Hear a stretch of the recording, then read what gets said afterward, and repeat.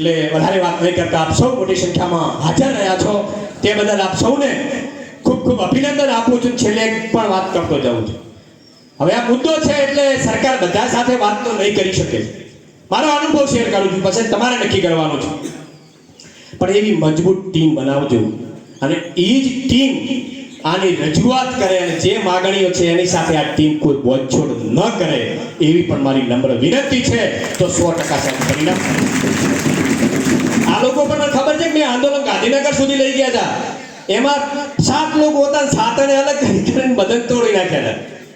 આવું પણ બનશે, પણ મને વિશ્વાસ છે કે જે તમે સમિતિ બનાવો એવા 7 લોકો 5 લોકો લેજો કે કોઈ એમને તોડી ન શકે અને તમારા જે ખેડૂતની સાચી વેદના છે, હક છે એ અપાવીને જંપે અને સમિતિ સાથે તમારા સાથે અને ખેડૂતના તમામ પ્રશ્નો સાથે ભેમાભાઈ ચૌધરી હર હંમેશા જ્યારે બોલાવશો ત્યારે બધું જ છોડી અને તમારા વચ્ચે હાજર થઈ જાય.